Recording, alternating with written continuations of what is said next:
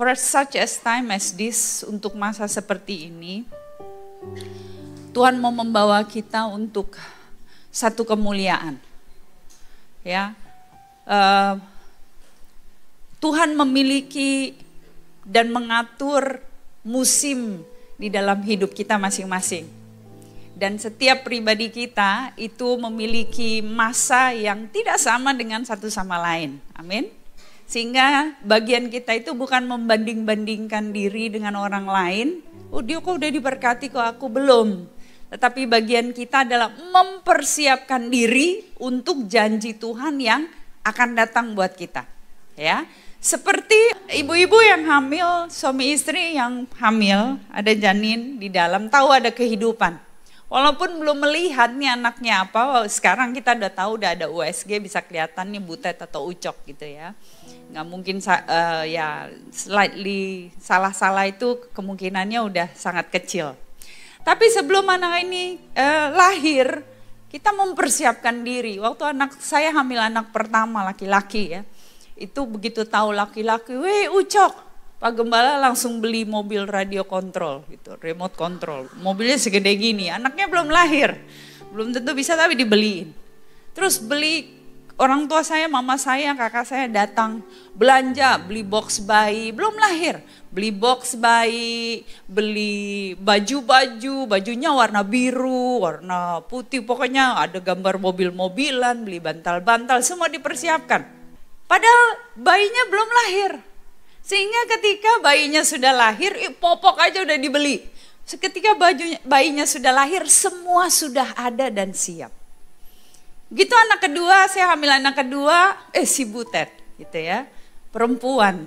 Jadi dipersiapkannya beda, beli baju pink, beli boxnya pink, beli dan lain sebagainya, semua dipersiapkan. Mainannya, jepit rambutnya, banyak sekali, bandonya, ternyata gitu lahir rambutnya sedikit, hampir botak gitu ya. Yang laki-laki, anak laki-laki lahir rambutnya tebel-tebel, yang perempuan rambutnya satu malah nggak ada gitu. Jadi mari kita tahu ya, Tuhan tidak pernah ingkar janji. Janjinya ya dan amin, selalu ditepati. Tapi masalahnya kita tidak siap ketika janji itu datang. Karena sikap hati kita bukan kepada pemberi janji itu sumbernya, tapi kepada janjinya. Ya, Ruth datang kepada raja, kepada Boas. Dia tunduk, dia ikut, dia nggak tahu, dia disuruh tiduran di kaki Boas. Itu sebenarnya artinya secara budaya tidak baik, tapi dia lakukan. Dia tidak tahu, tetapi ketika malam itu, pagi itu Boas bangun, dia melihat, dia tahu. Aku harus menebus dia.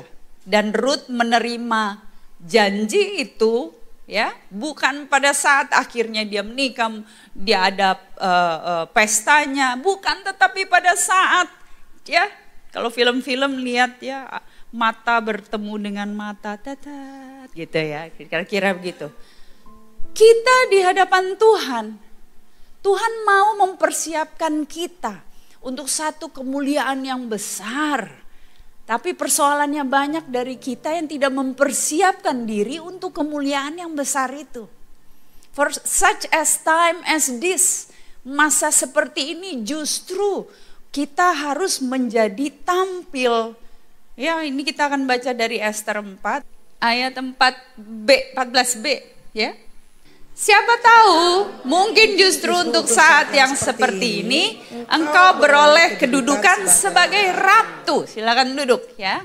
Ini adalah pernyataan yang kemungkinan, bukan sebenarnya Mordekai tahu Tuhan akan pakai. Tetapi untuk meyakinkan kepada Ester bahwa siapa tahu mungkin justru untuk saat yang seperti ini engkau beroleh kedudukan sebagai ratu. Ya, kita bicara posisi ya. Kita adalah bukan di hadapan Tuhan, kita ini bukan raja. Dia raja. Ya, ingat ya, dia yang raja, bukan kita yang raja. Jadi menghadap kepada Tuhan, masuk dalam hadirat Tuhan, itu posisinya mesti benar. Bukan kita yang jadi raja, sehingga banyak kali kita yang memerintah Tuhan, yang ngatur-ngatur Tuhan. Lagunya nggak enak, aku ibadah di sini nggak seneng, di sini nggak ada hadirat Tuhan, nggak mau di sini, begitu-begitu. Kita yang ngatur, demanding. Tetapi di sini kita tahu, kita punya satu otoritas yang Tuhan berikan dan hanya untuk kita dan hanya untuk masa yang seperti ini. Ya, dan masa seperti ini itu mungkin ada banyak beberapa kali dalam hidup kita. Tetapi ketika Yesus sudah mati, dia sudah merebut dan mengalahkan maut, musuh tunduk di bawah kakinya. Maka bagi kita ini bukan lagi mungkin, bukan siapa tahu. Pernyataan ini kita ganti jadi justru untuk saat yang seperti ini, saya beroleh kedudukan sebagai ratu. Amin. Apakah itu untuk tempat kerja? Apakah itu untuk keluarga? Apakah itu untuk bangsa dan negara? Apakah itu untuk dunia? Justru untuk saat seperti ini, saya beroleh kedudukan sebagai ratu. Ingat sekali lagi, ini bukan bicara posisi, tetapi bicara fungsi. Fungsi kita sebagai ratu. Ratu itu tidak memerintah. Ratu itu artinya raja yang memerintah, tetapi ratu masuk di dalam kemuliaan raja. For such a time as this, kita diberi kedudukan sebagai ratu. Amin. Keluarga sedang dalam situasi yang paling kacau. For such a time as that, you have been given and chosen to be queen. Untuk memiliki otoritas. Untuk waktu-waktu seperti ini, kita memiliki kedudukan sebagai ratu. Nah, mari kita lihat di sini ya. Esther ini turun-temurun itu harus menghadapi kena batunya. Bukan kena batunya, adalah pada saat karena si Haman ini ternyata keturunan Agag. Agag ini kalau kita baca dari historinya, dia raja orang Amalek. Waktu Saul, raja pertama dari bangsa Israel, diberi perintah sama Tuhan untuk menghapus, membunuh, menghancurkan, menghilangkan semua orang Amalek. Saul tidak melakukannya. Dia bahkan spare, tidak membunuh Raja Agag dan mengambil harta benda Raja Agag. Akibatnya keturunan Agag, Tuhan tahu ini Amalek ini turun-temurun adalah musuh bebuyutan yang akan menghabisi orang Israel. Akibatnya 400 sampai 700 tahun kemudian Esther harus menyelesaikan. Dipilih Tuhan untuk menyelesaikan peperangan yang gagal dilakukan oleh raja-raja Israel sebelumnya. Haman itu orang Agag, dia mendapatkan pangkat kenaikan di atas semua pembesar, artinya orang kedua di dalam kerajaan. Kaki tangannya raja. Dia bisa bebas masuk. Kalau kita baca kitab Esther ya, Haman itu nggak harus bikin janji ngadap raja, dia bisa langsung masuk ke raja. Raja tidak harus mengulurkan tongkat seperti kepada Esther. Nah, Bapak Ibu Saudara sekalian, mari kita lihat bahwa musuh itu dekat sekali dengan kita. Bahwa kita ada di dalam medan peperangan yang sama dengan musuh. Ya, dan bahwa hidup ini adalah peperangan.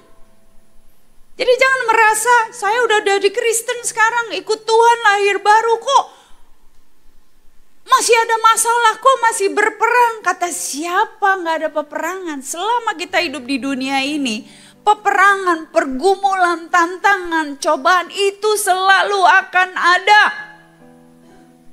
Tekan amin. Mau amin nggak amin, begitulah kenyataannya. Jadi kondisikan diri kita siap dalam peperangan setiap saat. Hidup ini bukan dunia fantasi, tapi hidup ini adalah medan peperangan. Haleluya. Dan musuh dekat sekali sama kita. Haman ada di istana yang sama dengan Esther. Bahkan Haman dekat dengan raja. Ada di court, di lapangan, di meja yang sama dengan Esther. Begitu dekat sekali. Waktu itu ada siapa ya? Pemimpin dunia yang berkata begini, ya. Keep your friends close, but keep your enemies closer. Bilang gitu. Bikin teman kita dekat, tapi musuh kita lebih dekat lagi. Untuk apa? Bukan untuk jadi teman dengan musuh ya. Jangan mendekat sama iblis ya. Ya, jangan kok prinsipnya gitu. Jadi kita makin mendekat sama iblis, enggak. Tapi artinya kita aware ya bahwa iblis itu memang dekat dan siap menerkam, betul ya. Tapi dia cuma punya kuasa untuk mengaum-ngaum di sekeliling kita. Tidak bisa menyentuh. Amin. Nah, karena itu mari, ya, prepare yourself for war. Persiapkan diri kita bukan saja siap terima warisan yang memang sudah pasti, tetapi ayo kita semua mempersiapkan diri untuk peperangan. Bapak-bapak, ibu-ibu, musuh kita bukan istri atau suami kita. Jadi kalau ada peperangan, ada pergumulan, yang ditengking iblis bukan istrinya atau suaminya. Ya, bukan diusir suaminya atau bukan yang diusir dari rumah, bukan istri dan suaminya. Oke, amin. Prepare for war. Amin. Peperangan rohani memerlukan senjata rohani. Ester 4 ayat 16. Ester berkata begini, pergilah, kumpulkanlah semua orang Yahudi yang terdapat di Susan dan berpuasalah untuk aku. Janganlah makan dan janganlah minum 3 hari lamanya, baik waktu malam, baik waktu siang. Aku serta dayang-dayangku pun akan berpuasa demikian, dan kemudian aku akan masuk menghadap raja. Sungguh pun berlawanan dengan undang-undang, kalau terpaksa aku mati, biarlah aku mati. Ingat, peperangan kita adalah peperangan rohani. Karena itu Ester tahu dan kita tahu senjata yang kita pakai bukanlah senjata jasmani, tetapi senjata rohani. Amin. Kita masuk di dalam doa puasa, ini mempersiapkan diri terhadap peperangan. Ya, berpuasa, karena itu Ester nggak ambil, Ester nggak kumpulin bangsa Israel, Ester nggak selundupin senjata perang. Tapi Ester masuk di dalam doa dan puasa. Amin, mati dari kedagingan. Karena itu untuk mempersiapkan diri di dalam peperangan rohani, yang pertama, kita menginginkan dan merindukan Sang Raja. Kita merindukan divine intimacy. Kita ingin dekat dengan Raja. Apakah hati kita melekat kepada Raja atau hati kita melekat kepada permasalahan kita? Sehingga tidak bisa menikmati hadirat Tuhan. Saya nggak bilang bahwa kita merasakan hadirat Tuhan kalau kita nangis. Hadirat Tuhan tidak terbatas dengan 5 indera kita. Nggak terbatas dari penglihatan, nggak terbatas dari perasaan, apa yang kita rasa, semua hadirat Tuhan tergantung dari Tuhan sendiri. Jadi nggak bisa kita bilang aku nggak merinding nih ke pas pujian, kok aku nggak nangis, nggak ada hadiratnya nih di sini. Padahal yang ditinggikan dan didoakan nama Yesus Kristus. Nah, karena itu lihat sikap hati kita. Apakah betul kita menginginkan Sang Raja? Ruth dia nggak tahu apa-apa. Dia hanya tahu suamiku meninggal, mertuaku meninggal, abang iparku meninggal, kakak iparku pulang ke negerinya, aku cuman punya mama mertua. Aku ikut mama mertua. Disuruh ini taat, pergi ke ladang, pergi. Kumpulin sisa makanan, kumpulin. Nanti malam berpakaian yang rapi ya. Pakai minyak wangi. Tidur di kaki tuan itu. Tidur, dia nggak tahu. Tetapi dia tahu bahwa dia pasti akan mendapatkan satu kelepasan dan penebusan. Apakah kita merindukan Raja kita? Raja kita lebih rindu kepada kita. Tapi apakah kita lebih merindukan jawaban doa kita daripada sang raja? Berdoalah bukan untuk mendapatkan jawaban, tapi berdoalah untuk mendapatkan Tuhan. Karena jawaban Tuhan gak mungkin diam. Tuhan sudah sediakan semua yang terbaik buat kita. Tapi apakah kita, Tuhan, pernahkah kita? Aduh Tuhan, aku rindu sekali Tuhan. Aku rindu hadirat-Mu. Aku ingin sekali dekat dengan-Mu. Seberapa besar kerinduan kita kepada Tuhan? Apakah kita hanya cuman, kapan Tuhan jawab doaku? Tuhan, aku udah capek seperti ini Tuhan. Sampai kapan aku harus begini Tuhan? Kok gak kelar-kelar masalah dalam hidupku ini Tuhan?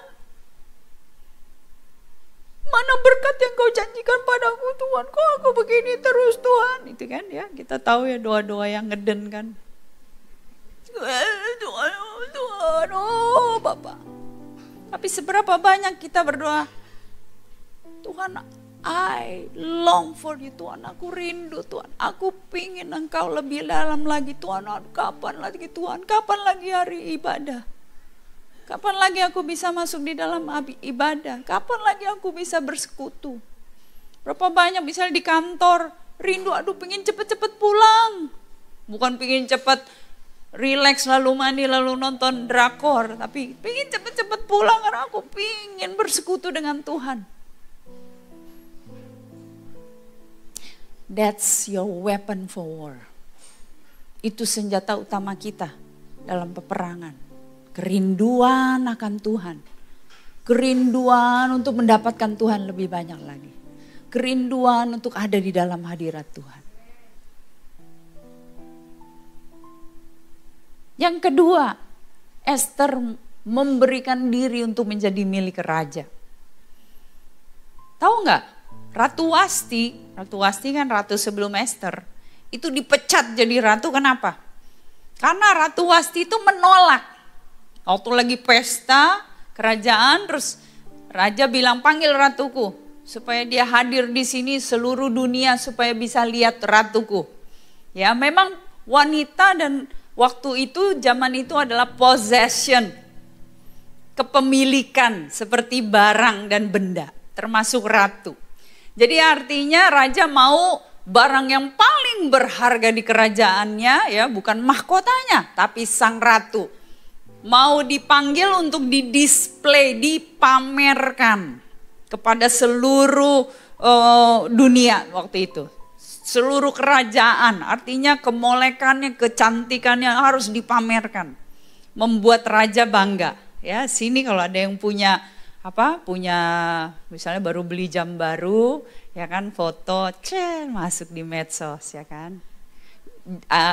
Captionnya begini, fotonya lagi begini, fotonya jamnya tapi captionnya, oh udah siang belum makan juga gitu.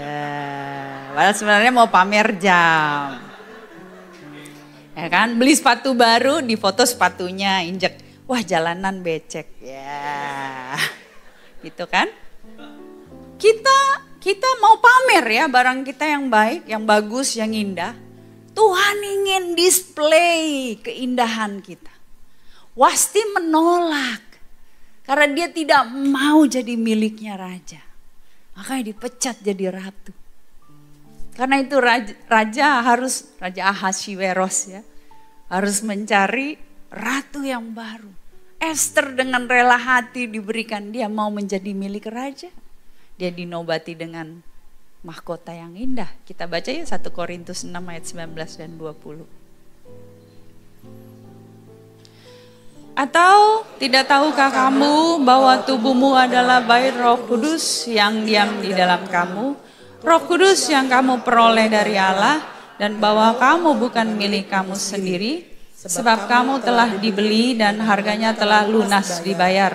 Karena itu muliakanlah Allah dengan tubuh. Silakan duduk. Ini kalau bicara ini bisa banyak nih ya. Ya bisa banyak.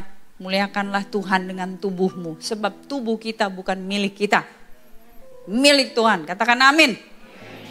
Ya, yang sudah selama ini Tuhan bicara, ayo jaga makanan, jaga kesehatan. Ingat, tubuh kita adalah milik Tuhan, bukan milikmu. Jadi kalau mau ke BPK nanti berdoa dulu. Ya boleh nggak Tuhan ya BPK nih sore ini gitu ya. Kita bukan lagi milik kita, tapi kita adalah milik Roh Kudus. Dan indahnya di dalam Kristus Yesus, kita bukan dijadikan pesuruh, karyawan, atau milik pajangan, tapi kita dijadikan anaknya. Amin. Anak itu adalah harta bagi orang tua yang paling berharga. Nah, karena itu Tuhan mau memiliki kita supaya kita jadi anaknya. Kenapa harus jadi anaknya? Sebab yang terima warisan itu hanya anak. Yang meneruskan legacy, nama orang tua diberikan kepada nama anak. Diberikan kepada anak, dan karena hak dan title itu anak berhak mendapatkan warisan daripada orang tuanya. Nah karena itu mari kita masuk ke hadirat Tuhan, berdoalah dari posisi yang tepat. Bukan sebagai pengemis, bukan sebagai bos, sebagai raja, tetapi sebagai anaknya. Sikap hati seorang anak kepada orang tua. Jangan lihat contoh anak-anak zaman sekarang ya.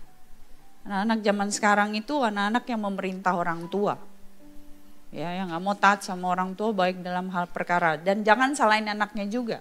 Tapi pola asuh yang salah dari orang tua.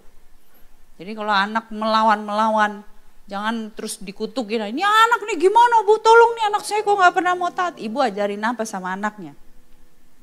Ajarin dia taat gak? Atau mengajari anak yang mengatur orang tua. Banyak kan ketika seorang ibu, orang tua, bapak ibu punya anak, terus kemudian yang tadi pelayanan bisa gak pelayanan karena udah ada anak gak bisa lagi. Oh gak bisa anak saya begini, betul kita harus diatur dengan baik. Tetapi jangan sampai anak ini mengatur, merubah kita semua, terutama semua yang pelayanan kita, waktu kita terhadap Tuhan, kebersamaan kita dengan Tuhan, ibadah kita.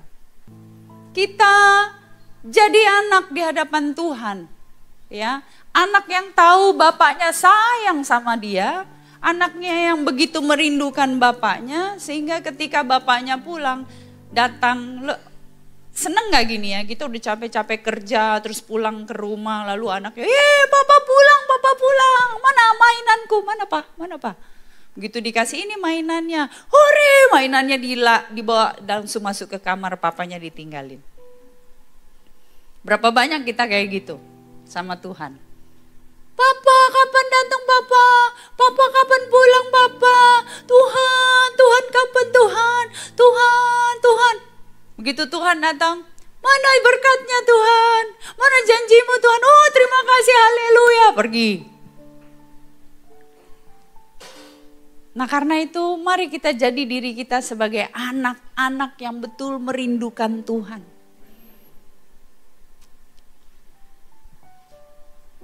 Setelah 3 hari berpuasa, Esther masuk ke dalam menghadap raja berpakaian kerajaan. Dia menghadap raja memakai pakaian ratu, lalu berdiri di pelataran dalam istana, tepat di depan istana raja. Dia tahu menempatkan diri dan tahu ketika menghadap raja, dia gak bisa menghadap raja dengan sembarangan. Dia seorang ratu. Apa pakaian kita? Pakaian keselamatan dan kebenaran. Kita baca Yesaya 61 ayat 10. Aku bersukaria di dalam Tuhan, jiwaku bersorak-sorai di dalam Allahku, sebab Ia mengenakan pakaian keselamatan kepadaku dan menyelubungi aku dengan jubah kebenaran, sebagai pengantin laki-laki yang mengenakan perhiasan kepala dan seperti pengantin perempuan yang memakai perhiasan.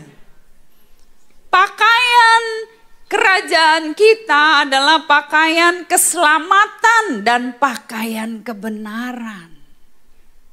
Tuhan sudah memakaikan kepada kita keselamatan dan penobatan, dikasih jubah bahwa sekarang kamu adalah orang benar. Tuhan yang memberikan keselamatan kepada kita. Karena itu mari kita datang kepada Tuhan bersukaria dan jiwaku bersorak-sorai. Karena itu datang di dalam hadirat Tuhan dengan kidung pujian. Sukacita.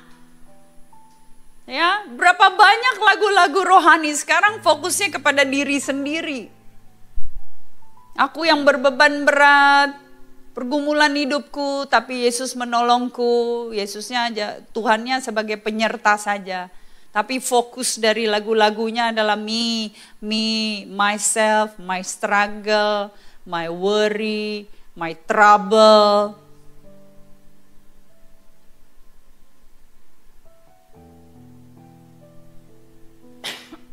Padahal Tuhan sudah berikan keselamatan kepada kita dan kebenaran kepada kita. Maka sepatutnya kita ini memiliki sorak-sorai dan sukacita. Amin.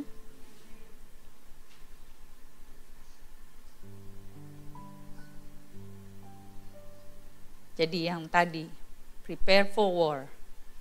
Menginginkan raja, sikap hati yang rindu pada raja. Yang kedua tadi, beri diri menjadi miliknya raja. Yang ketiga, memakai pakaian kerajaan. Dan yang keempat,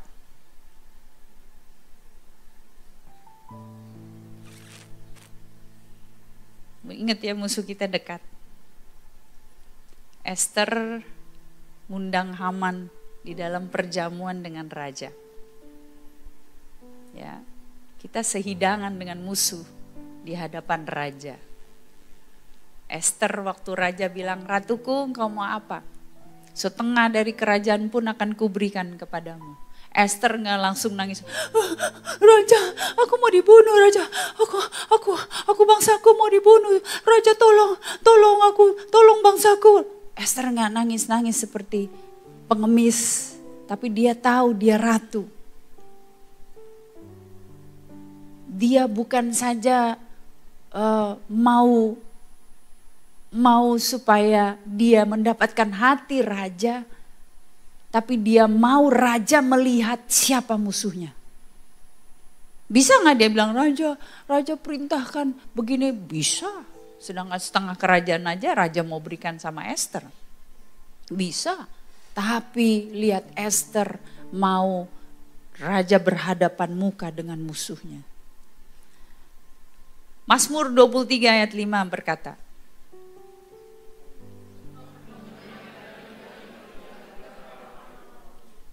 "Engkau menyediakan hidangan bagiku di hadapan lawanku."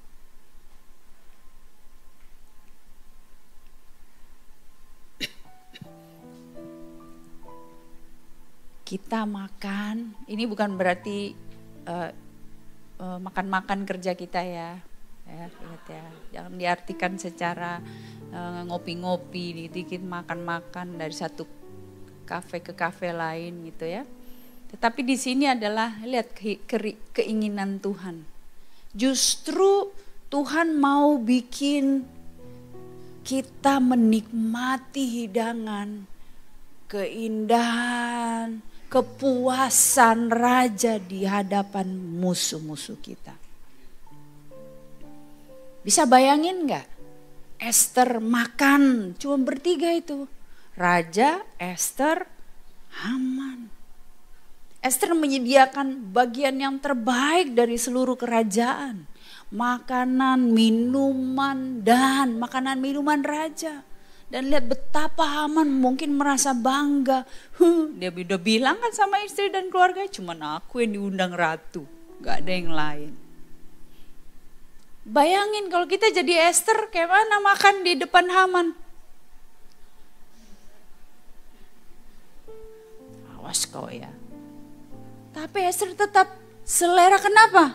Fokusnya bukan kepada Haman, fokusnya kepada raja. Raja seneng gak raja? Mau tambah minumnya raja? Mari kupotongkan raja. Ini mau sayur yang ini, mau ditambah sausnya gak raja? Raja puas, mau tambah lagi? Oh mau buah yang mana? Waktu kita dalam hadirat Tuhan, ketika kita menikmati hadirat Tuhan, di situ Tuhan memberi makan kita. Keluaran 14 ayat 14 berkata, aku yang akan berperang bagimu dan kamu akan diam saja. Amin. Mari nikmati hadirat Tuhan, nikmati hidangan yang Tuhan berikan di dalam hidup kita. Fokus kepada Raja, fokus kepada Tuhan. Nikmati persekutuan kita dengan Tuhan. Kalau begitu musuh pasti gigit jari. Cemburu, marah tapi gak bisa bikin apa-apa. Amin. Mari saya ajak kita baca dulu sekarang Ester 9 ayat 12 sampai 19. Lalu titah raja kepada Ester sang ratu, di dalam benteng Susan saja orang Yahudi telah membunuh dan membinasakan 500 orang beserta ke-10 anak Haman. Di daerah-daerah kerajaan yang lain entahlah apa yang diperbuat mereka. Dan apakah permintaanmu sekarang? Niscaya akan dikabulkan. Dan apakah keinginanmu lagi? Niscaya dipenuhi. Lalu jawab Ester, jikalau baik pada pemandangan raja, diizinkanlah kiranya kepada orang Yahudi yang di Susan untuk berbuat besok pun sesuai dengan undang-undang untuk hari ini. Dan ke-10 anak Haman itu hendaklah disulakan pada tiang. Raja pun menitahkan berbuat demikian. Maka undang-undang itu dikeluarkan di Susan dan ke-10 anak Haman disulukan orang. Jadi berkumpullah orang Yahudi yang di Susan pada hari yang ke-14 bulan Adar juga. Dan dibunuhnyalah di Susan 300 orang. Tetapi kepada barang rampasan tidaklah mereka mengulurkan tangan. Orang Yahudi yang lain yang ada di dalam daerah kerajaan berkumpul dan mempertahankan nyawanya serta mendapat keamanan terhadap musuhnya. Mereka membunuh 75.000 orang di antara pembenci-pembenci mereka. Tetapi kepada barang rampasan tidaklah mereka mengulurkan tangan. Hal itu terjadi pada hari yang ke-13 dalam bulan Adar. Pada hari yang ke-14 berhentilah mereka dan hari itu dijadikan mereka hari perjamuan dan sukacita. Akan tetapi orang Yahudi yang di Susan berkumpul baik pada hari yang ke-13, baik pada hari yang ke-14 dalam bulan itu. Lalu berhentilah mereka pada hari yang ke-15 dan hari itu dijadikan mereka ada hari perjamuan dan sukacita. Oleh sebab itu orang Yahudi yang di pedusunan, yakni yang diam di perkampungan, merayakan hari yang ke-14 bulan Adar itu sebagai hari sukacita dan hari perjamuan dan sebagai hari gembira untuk antar mengantar makanan.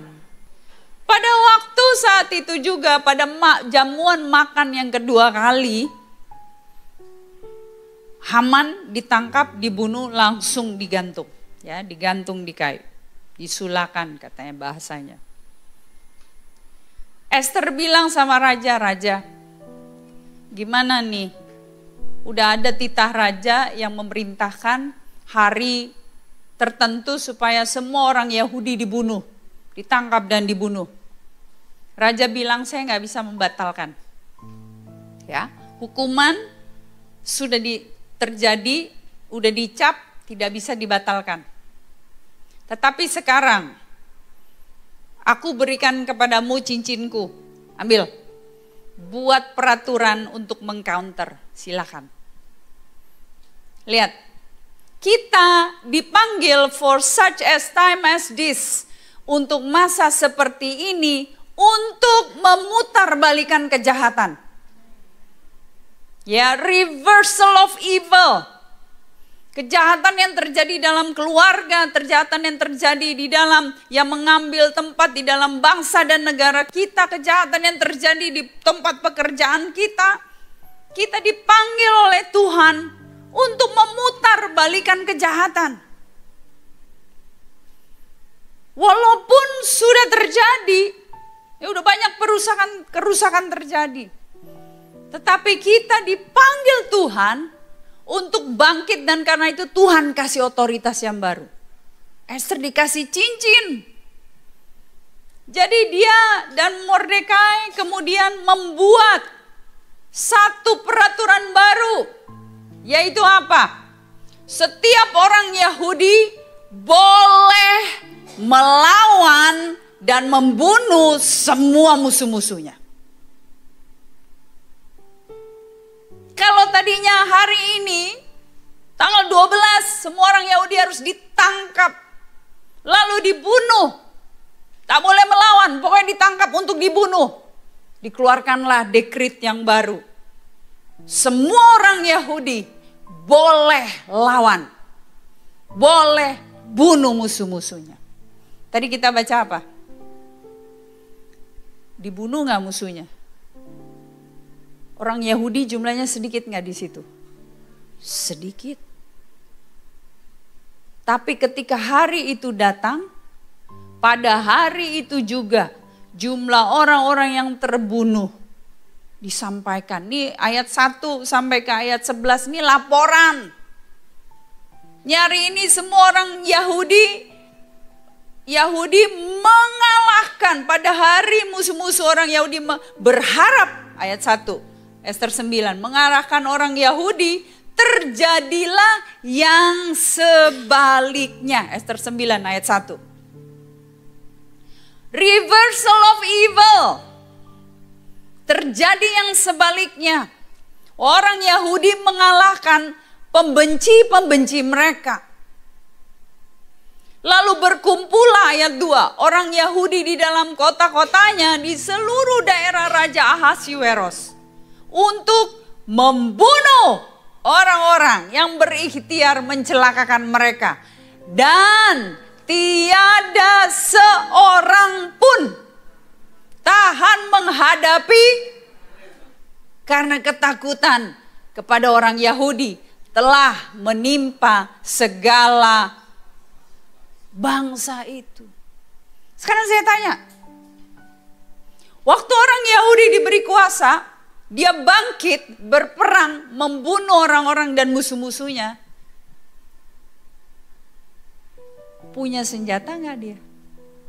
Hah? Orang Yahudinya punya senjata gak? Punya dong. Kalau gak punya pakai apa? Bisa berperang gak?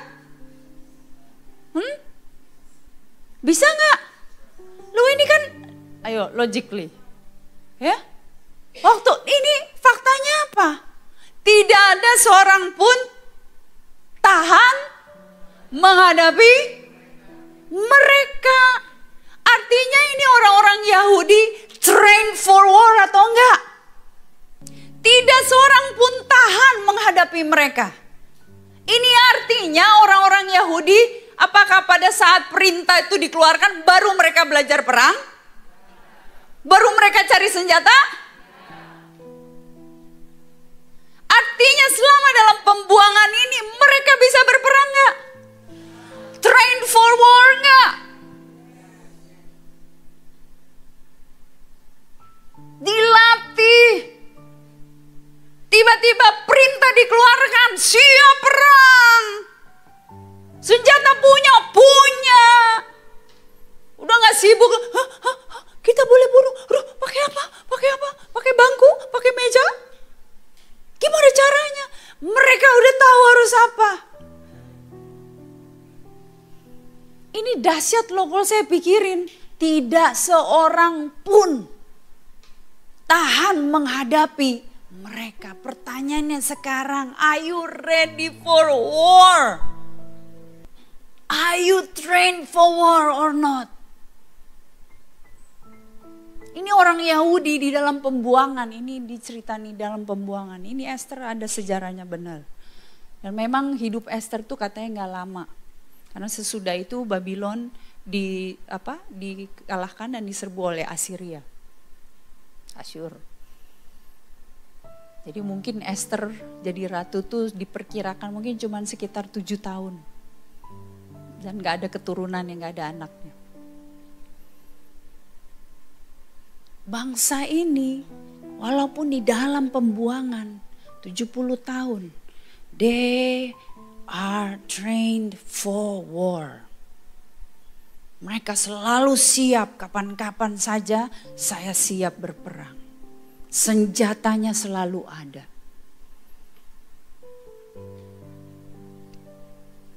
Sebab mereka sudah hidup bukan lagi sebagai budak di Mesir. Pada waktu masuk tanah Kanaan mereka harus berperang melawan musuh. Are you trained for the battle?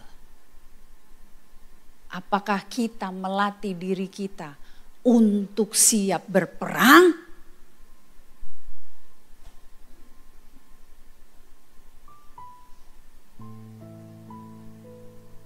Kalau siap berperang, kita tahu our battle is a spiritual battle. Right?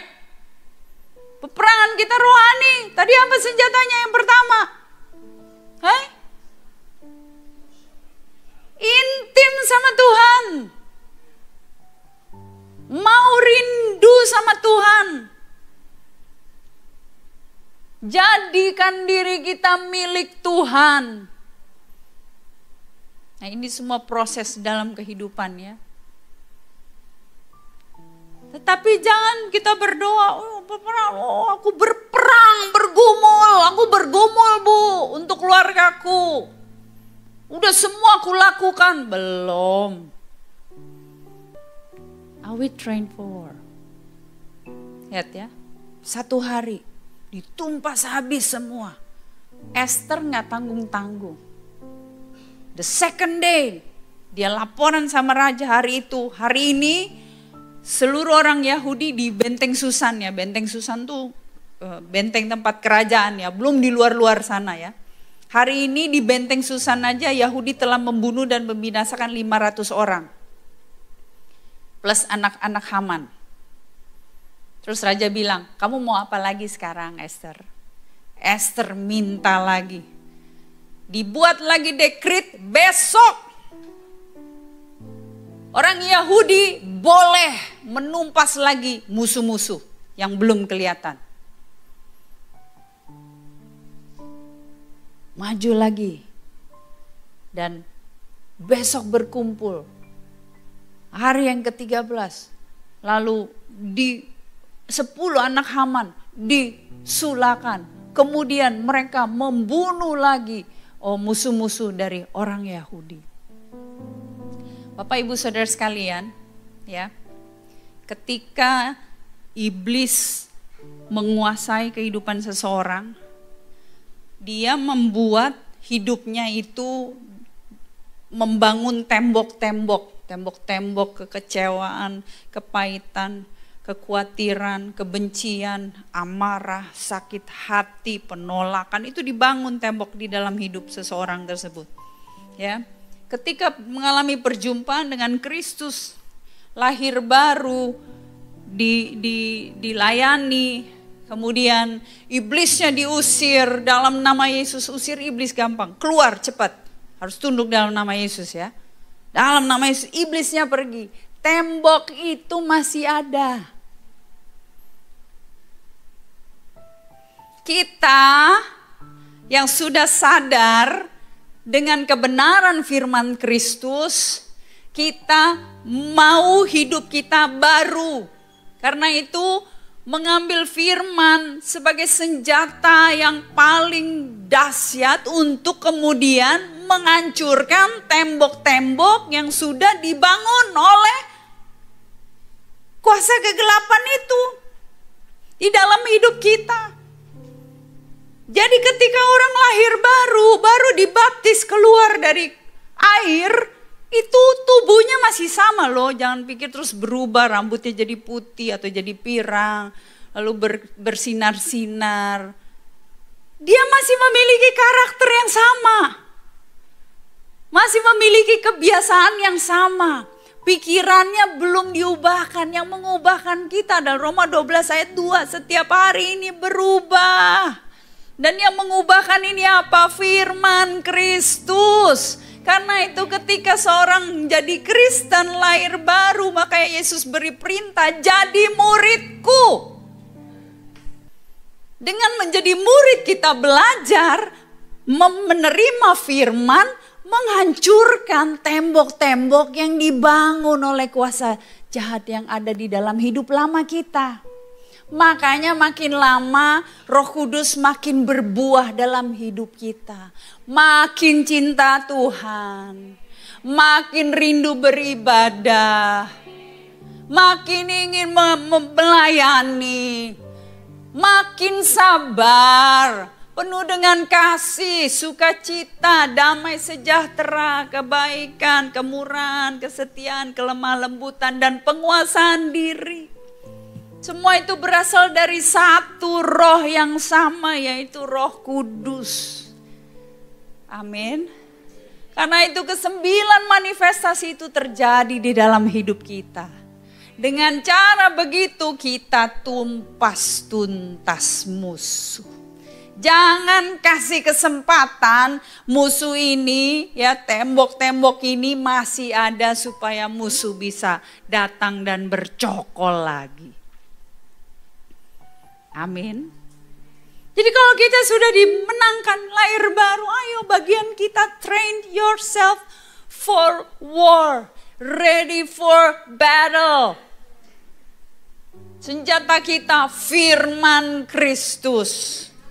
Karena itu setiap hari diubahkan, setiap hari baca firman Tuhan, renungkan firman Tuhan, hafalkan firman Tuhan, perkatakan firman Tuhan, lakukan firman Tuhan. Amin. Tuntas musuh kita. Sebab kemenangan sudah diberikan kepada kita. Haman disulakan di tiang. Yesus Kristus sudah digantung di kayu salib. Supaya kita hidup sekarang dari satu kemenangan kepada kemenangan. Pandang kepada Kristus. Lihat firman-Nya, lihat kekuatan yang daripada Dia. Nah, ini ada satu gambar dari ini ada satu penelitian dan penulisan ya, bahwa Yesus Kristus sudah mengambil tempat dihukum. Ini yang nulis nih dari rabi-rabi, ini ada gambar yang istimewa. Ini menggambarkan penyulaan Haman di hadapan Raja dan Ratu Esther. Dan secara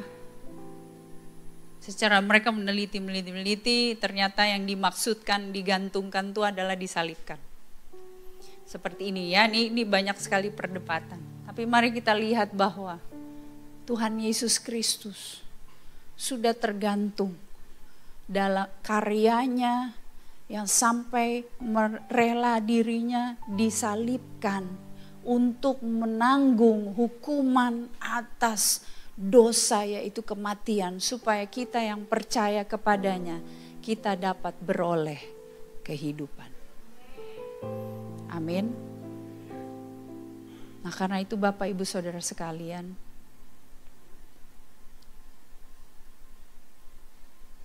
kalau kita kembali ke Ester 9,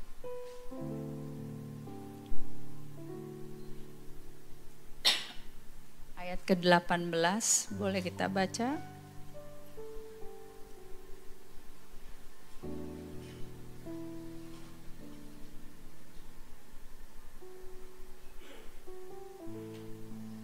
Dari ayat yang ke C aja ya, lalu berhentilah ya.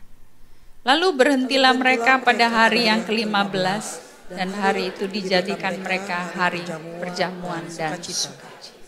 Tuhan mati di kayu salib.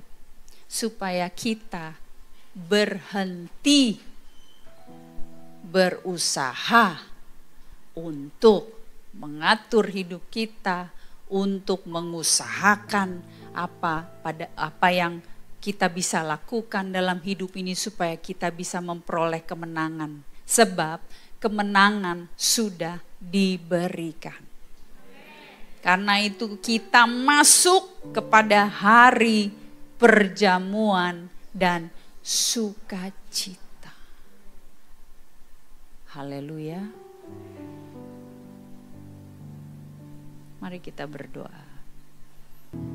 Saya mau ajak kita semua mengambil posisi yang tepat sekarang. Saya tahu pergumulan, masalah, tantangan, tiap orang gak akan sama. Tiap orang beda-beda. Karena itu kita gak bisa bilang saya punya lebih berat, kamu enggak lah baru kayak gitu aja. Kita gak tahu. Tapi semua sama, yaitu punya Tuhan yang dahsyat dan perkasa. Nah, karena itu saya mau ajak kita untuk sekarang mengambil posisi yang tepat. Sebagai seorang anak, seorang ratu, seorang possessionnya Tuhan. Milik kepunyaan Tuhan yang sangat indah. Karena itu tantangan masalah pergumulan Tuhan izinkan supaya ketika kita hadir di situ, kemuliaan Tuhan itu akan menjadi display. Dilihat oleh orang. Di tengah-tengah pergumulan dan kekacauan ada satu yang indah. Maka kemuliaan Tuhan akan dinyatakan. Karena itu mari kita pandang Yesus. Dia yang menyediakan hidangan bagi kita, jangan pandang musuh kita. Nikmati hidangan Tuhan. Nikmati persekutuan dengan Tuhan. Mari tundukkan hati kita, pikiran kita kepada Dia. Rindukan Dia lebih dari segalanya. Tuhan tahu kok sebatas mana kekuatan kita. Tuhan tahu kok, karena itu kita gak usah pikirkan lagi, gak usah mencoba untuk mengatur Tuhan. Apalagi beri ultimatum kepada Tuhan. Tahun ini ya Tuhan, tahun ini ya Tuhan. Bulan ini ya Tuhan, besok ya Tuhan. Sekarang ya Tuhan, sekarang gitu ya. Tapi Tuhan kasih kita kuasa untuk memerintah atas musuh-musuh kita. Tumpas tuntas musuh kita. Dengan berserah kepada Kristus. Dengan hidup di dalam sukacita dan perayaan. Bukan di dalam kesukaran. Mari berpakaian kebesaran. Kenakan pakaian keselamatan dan kebenaran. Rindukan Dia, Yesus Kristus.